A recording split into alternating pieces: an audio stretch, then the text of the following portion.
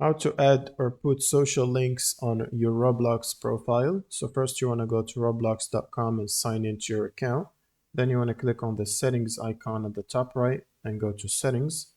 And from here you want to scroll down until you find social networks on the main page right here, account info. And then you want to paste the links to your social media profiles. So for example, this is my YouTube channel here. You can copy the link and then paste it under the YouTube box. You can do the same for Twitch and X or Twitter and Facebook. You can also add gilded.gg. And once you're done adding links, you can press the save button.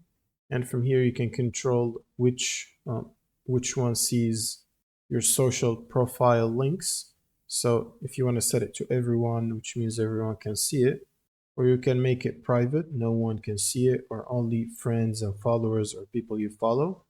Now, if you go back to your profile, you should find icons of the social media you've added listed here. That's pretty much it for this video. Subscribe if you find this helpful, and see you on the next one.